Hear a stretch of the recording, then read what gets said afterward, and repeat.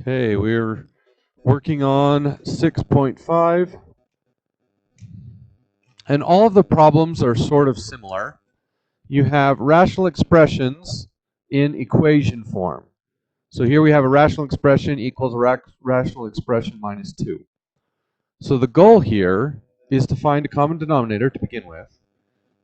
So if I had, let's say, 2 over x plus 3, well, 3y over x equals, that's a bad example, let me try again. So 4x over 3 minus 6 over 3 equals 10 over 3. Those 3's are not needed, right? If some number divided by 3 minus another number divided by 3 is equal to a third number divided by 3, then I can just go through and get rid of all the 3's and the equation is still true. So when you're dealing with rational equations and you want to solve, you find a common denominator and then you just throw the denominator away and you just work in the numerators. But there is one little catch to that. So here, my denominators are 4 and z and 1. So what would the common denominator be? 4z. Okay. What does the first fraction need that the common denominator has? It needs a z. So we're going to times this by z over z. So I get 7z over 4z equals, what does the second fraction need? A 4. So I times this by 4 over 4. So 24 over 4z. And what does the last fraction need? It needs a 4 and a z. So 4z over 4z. So minus 8z over 4z. Okay. Now, the denominators all match, so I cross them off. But there is a difference between this equation and this equation. What is the difference between this one and this one? The only difference is this equation cannot give z equals 0. Okay? Why? Because z equals 0 is a vertical asymptote. So when I throw these away, I'm actually getting rid of a vertical asymptote. So those are called extraneous values. Those are numbers that are not part of the domain. So all you do is, well, oops, you throw them away, and then you just remember that z cannot be 0. And then we solve this down here. We add 8z, and we get 15z equals 24. Divide by 15, and we get z equals 8/5. That's my answer. But I always have to check my answer against the extraneous values. Is 8 over 5 okay? Yeah, it is. What if it's not okay? Then the answer would be no solution.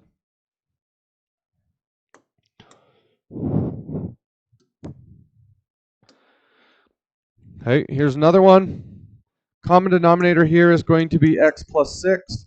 So this one needs an x plus 6 over an x plus 6. So the left side becomes 6x plus 6 over x plus 6. Oh, 36, thank you. And that's equal to negative 5 over x plus 6. Now that the denominators match, I cross them off, but I have to remember x cannot be negative 6. So I solve, subtract 36. 6x equals negative 41. Divide by 6. X is negative 41 over 6. Is that an allowed value? Yes. The only number that's not allowed is this one. So if this number was negative 6, then the answer would be no solution.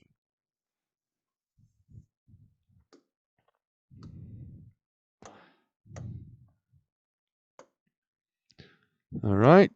Have to do a little bit more work. Well, no, we won't.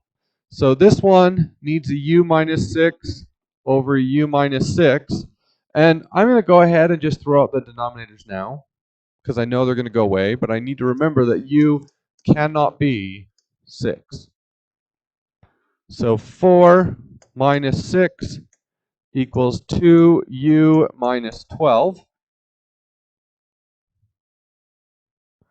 So the left side becomes negative 2. We add 12. 10 equals 2u. So u equals 5. Is that okay? Yep, that's an allowable value.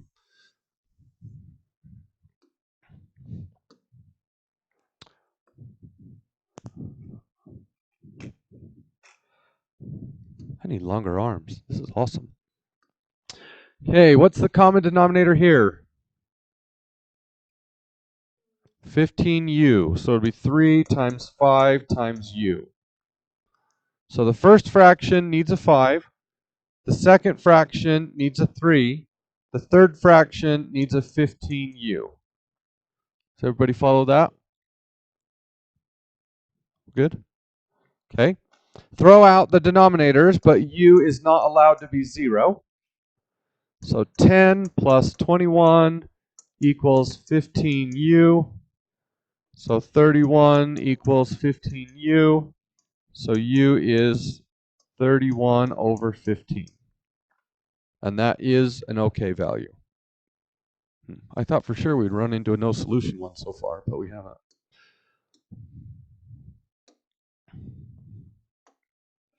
All right, this one ends up being a little bit harder. Okay, I'm going to treat this like its own fraction.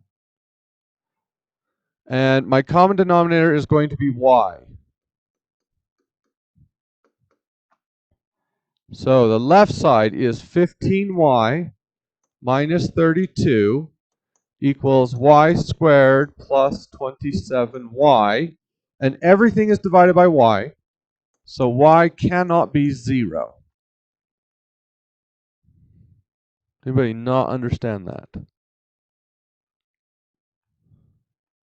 Everybody good? Okay. Now I have a y squared, which makes me think quadratic.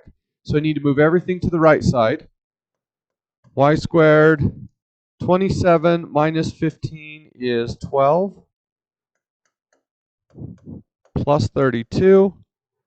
Two numbers that multiply to be 32 and add to be 12. 8 and 4. So y equals negative 8 and negative 4. Are those allowable values? Yes. What if this said y cannot be 8? Or sorry, negative 8. Then we would throw this one away and the answer would just be negative 4.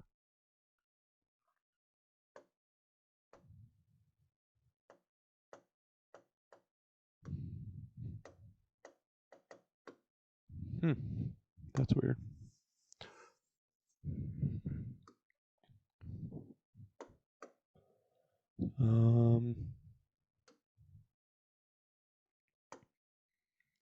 Okay.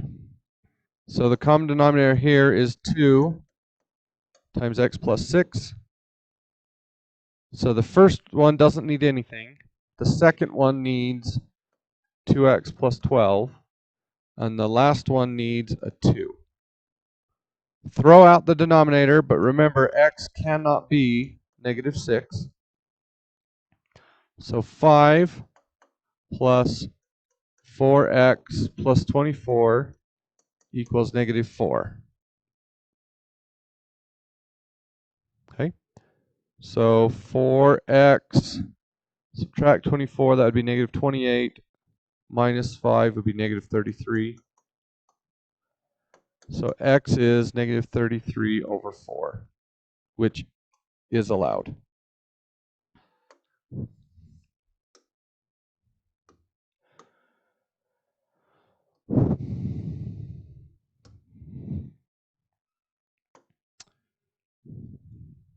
Okay.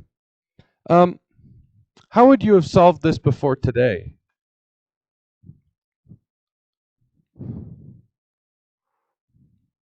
If you have one fraction on one side and one fraction on the other side, how would you have solved that? You just cross multiply. So that still applies. So if you have a single fraction and a single fraction, you can cross multiply. But you need to remember, x cannot be 0 or negative 9 over 2. So we cross multiply. 6x plus 27 is equal to x squared. We have a quadratic. Move everything to the right. X squared minus 6x minus 27. So x minus 9 and x plus 3. So x is 9 or negative 3, and we check that. Are those numbers okay? Yes. So they both work. So cross multiplying always works. We just never taught you the extraneous value part when you were young puplings. Now you know.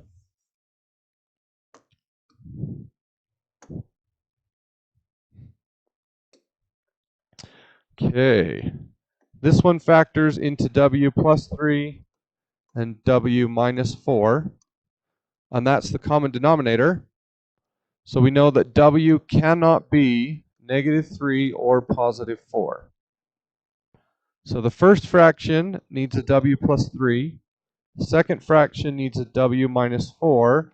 And the last fraction doesn't need anything. So w plus 3 plus w minus 4 equals 10. We chuck. How about 2w minus 8? Thank you, guys. All right, so 3w minus 5 equals 10. So we add the 5. 3w equals 15. Divide by 3. W is 5. We still have not run into a no solution problem. Maybe there aren't any. I don't know. Okay.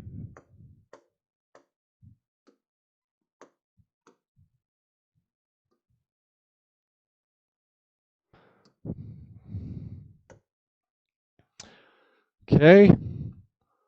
My common denominator will be u minus 2 and u minus 3.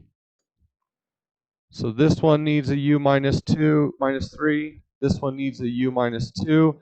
And this one needs both, which would be u squared minus 5u plus 6.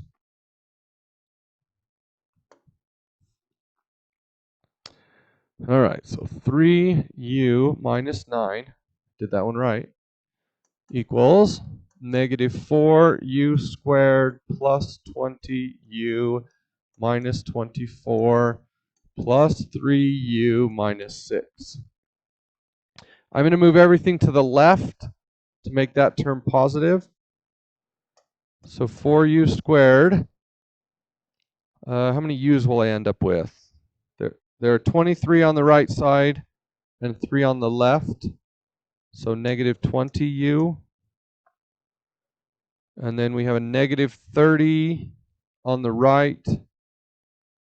So it would be, so a negative 30 add at 21.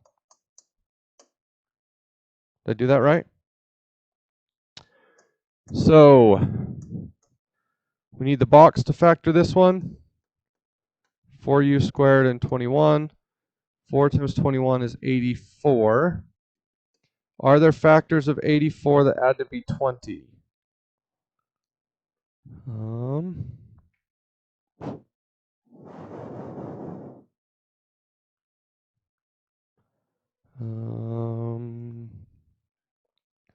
So 2 and 42, 3 and 28, 4 and 14 and 6. Good job. So 14, wait, no, that doesn't work. 84. Yeah. 14 and 6. Good job. So pull out a 2. 2u plus 7 pull out a 2, 2u plus 3. So u is negative 7 over 2 and negative 3 over 2. Are those numbers allowed? Yes.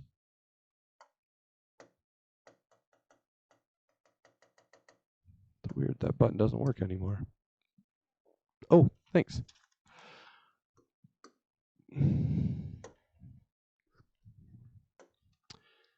Okay, this is the same problem.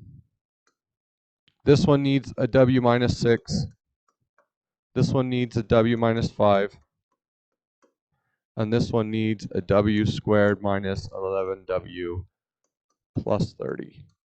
And then it solves exactly the same way. Oh, I get through this in a single day. Same problem here. This one needs an x minus 2. This one needs an x minus 3. And the one on the right doesn't need anything. Do you want me to solve this? No? You've seen enough? Okay. Get to work.